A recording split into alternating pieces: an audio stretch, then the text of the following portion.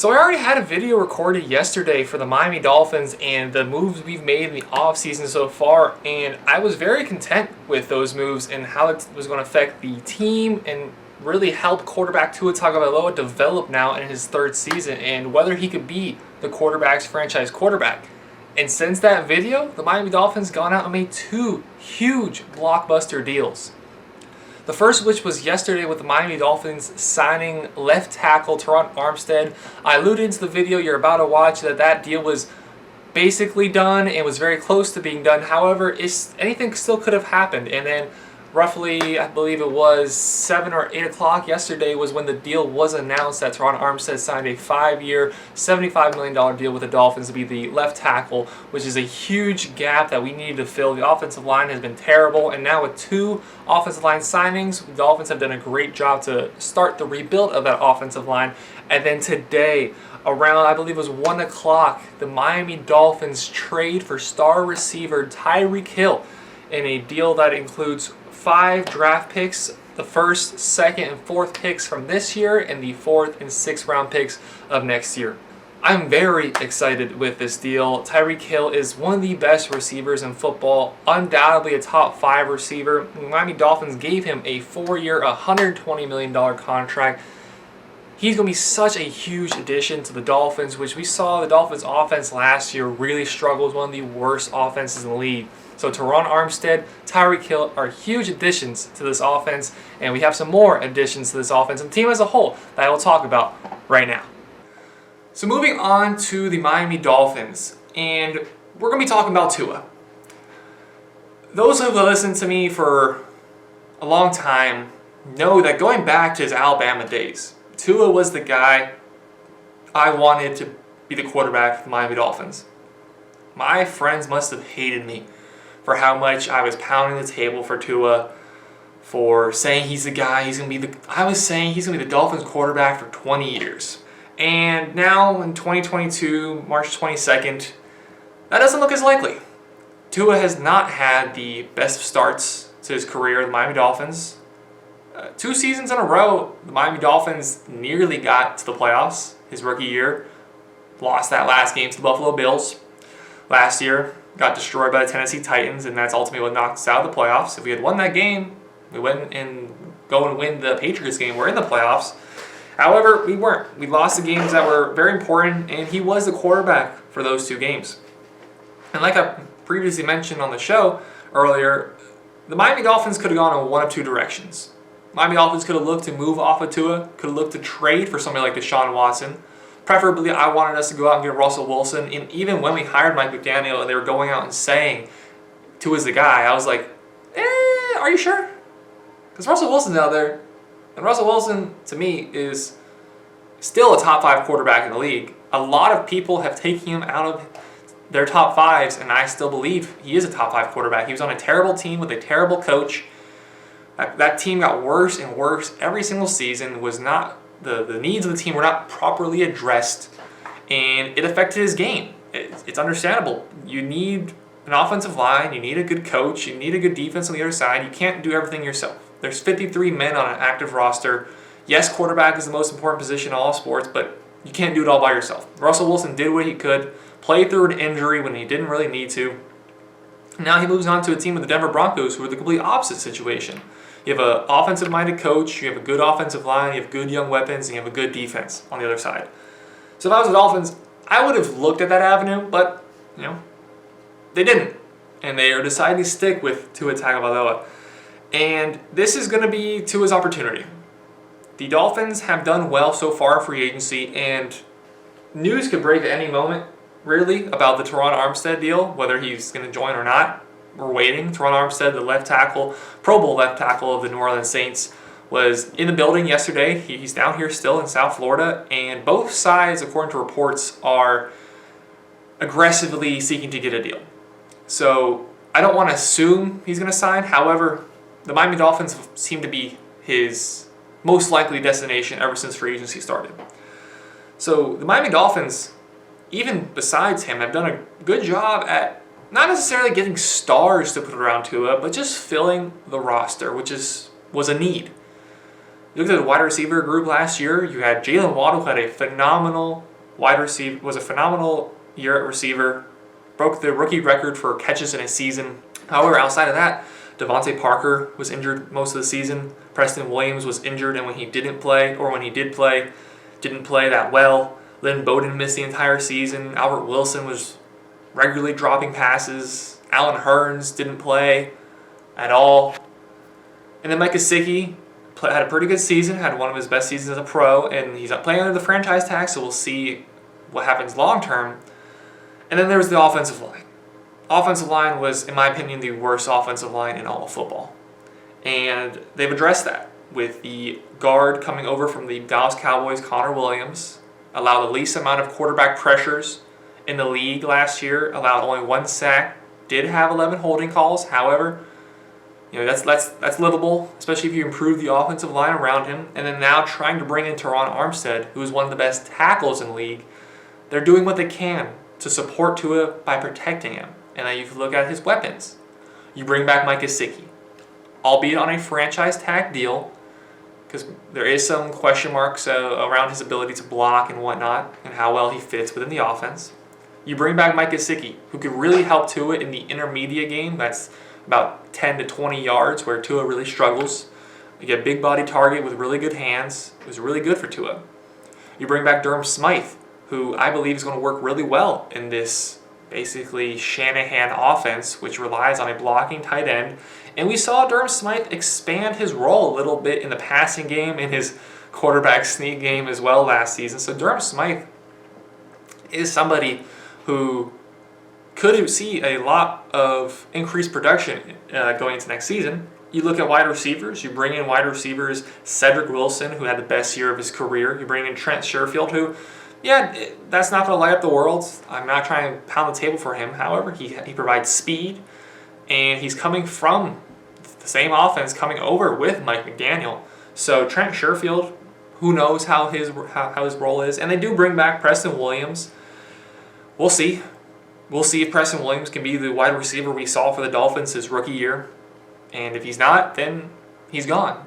And the Miami Dolphins still have the ability to draft another wide receiver or bring in another wide receiver through free agency, although most of the guys that would intrigue me are off the board. There, of course, is Odell. When's he going to come back from his ACL? There's Antonio Brown. And like I said, you could go to the draft. And then also in the running back field, you bring in Chase Edmonds, who was supposed to be the starting running back last year in Arizona. Did get injured, which is unfortunate for him. However, he comes in on a 2-year deal.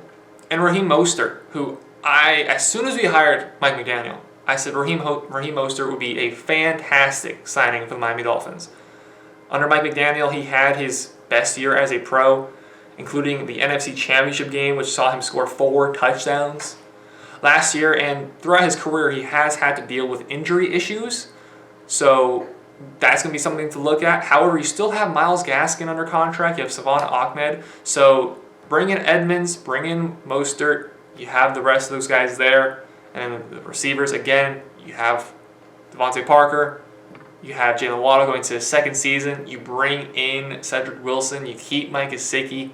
You have opportunities to do more. And then, you protect him. So the Dolphins have done a very good job. I rate this offseason so far a B+ for the Miami Dolphins. You addressed a lot of needs. None of those really blow you away yet. If you bring in Teron Armstead, that's going in the A category somewhere. A+, A or A-. That's going in there somewhere. I think it probably more depend on the contract details as to where he goes. So the Miami Dolphins, they're doing what they can. You bring in a young, genius, offensive-minded coach of Mike McDaniel. He's brought in to get the most out of Tua. That is his job. Brian Flores couldn't do that, wouldn't do that, wanted to move off of Tua, and the organization chose Tua over Brian Flores. And it's Mike McDaniel's job to now make the organization feel like they made the right decision. But let's say they don't make the right decision. Let's say it was a mistake to keep Tua. Let's say this year is a failure. The Miami Dolphins have capital next year. 2 first-round picks. Miami Dolphins have done a great job at structuring contracts to leave them with the most amount of cap space possible. I don't know what the contracts how they're going to affect the cap next year. I just know on the track history of Chris Greer and previously Brian Flores, but Chris Greer at GM, I know the track history, and I know they've done a great job at ensuring there's flexibility for the years to come. If you want to move on for a big name guy, which now they're kind of off the board, but who knows what happens by this time next year, the Miami Dolphins have the ability to move off of Tua. You guys know, I gave up on Tua earlier this offseason. I said, hey, I think it's time to move on. I think it's time to pursue guys like Russell Wilson. I would have taken Aaron Rodgers. The Packers had a very bad end to their year with the loss to the 49ers, which saw Aaron Rodgers really be at fault for that loss. However, I would still take Aaron Rodgers. He's still a top 5 quarterback of all time, in my opinion. He's a top 5 quarterback in the league currently. He's coming off another MVP season, back-to-back MVP seasons. Got his team again to a number 1 seed. Now what happens in the playoffs is another discussion. But the Miami Dolphins don't get to the playoffs. Miami Dolphins haven't been to the playoffs in 5 seasons. Just getting there is, quite frankly, good enough for me. It's progress. And then there's the Deshaun Watson situation, which when things were hectic earlier in the season, I was saying, yes, let's just go out and get him, screw everything else. But then I was like, you know what? Moral reasons, first and foremost. You know, I have a girlfriend, I have a mom, I have females that are close to me in my life, and just thinking about if what allegedly happened to those 23 women, happened to any of them, how would I feel if that guy then went on to make $250 million, play football, be on national television being praised? And then just the legal situation that's still going to follow him around. Who knows what's going to happen? Who knows how long he's suspended? So my wanting Deshaun Watson did eventually fall off. But Russell Wilson, I was all in. Please. I'm quoted as saying, I will drive to Miami. Tua, get your stuff. We're going to Seattle. Russ, Sierra, get the kids. Stuff in the trunk. Go to Miami. That obviously didn't happen. Denver goes out and brings him in. But next season, it's going to be big for Tua. Will he step up? I hope he does. No matter who is the Miami Dolphins quarterback, I want the best for them. I want them to win. I don't care if it's Ben Roethlisberger. I don't care if it's Tom Brady. I don't care if Eli Manning comes back from retirement and decides to play. Whoever is under center for the Miami Dolphins calling plays, I want the best for them. I want them to win every single game. I want them to complete every single pass. I want to throw as many touchdowns as possible. I hope Tua can do it. I hope Tua does end up being the guy. Because if not, I've quite frankly wasted the last 3 years where I was just pounding the table for him religiously. Can he do it? I do believe he can. Even when I was saying that I wanted the Dolphins to move off of him, I still was saying, you know what? If they support him, if they bring in the right coach, he can be a good quarterback. He can be the franchise quarterback. I'm not saying he will be. That is very much up to interpretation, and we will see as training camp starts, as the season starts, we will see whether he is capable of being the Miami Dolphins starting quarterback. But if he's not, we have options. And just on a short-term notice, we have options in Teddy Bridgewater behind him if he gets injured or if he doesn't play up to the standards which we would like him to. And Teddy Bridgewater, just based off some interviews, does not seem committal to taking a back seat to Tua. He didn't say anything specifically. All he said was, I'd rather keep those conversations in-house. And yeah, I will read a little further into that. If he was inclined to just be the backup, hold the clipboard, do the right things, say the right things, support the starter, if he was okay with that, you're going to say that. It's like when you plead the fifth. If you're innocent, you're going to say you're innocent. If you have other intentions, it might be in your best interest to say, I'll keep those conversations private. So Teddy Bridgewater, my opinion, is the best backup in the league. Got the starting opportunity with Denver. He's not a consistent starter. However, bring him in on a 1-year, $6 million deal to back up Tua. If Tua gets hurt, if Tua stinks, there's Teddy. And I believe he's a good enough game manager that he can step in, run the offense efficiently, and compete like I was talking about with the Deshaun Watson and the Cleveland Browns, the AFC is stacked. AFC has some of the best quarterbacks in the league. And that sounds like an excuse for Tua, where it's kind of the opposite. You have to deal with Watson, Mahomes, Allen, Burrow, the bunch.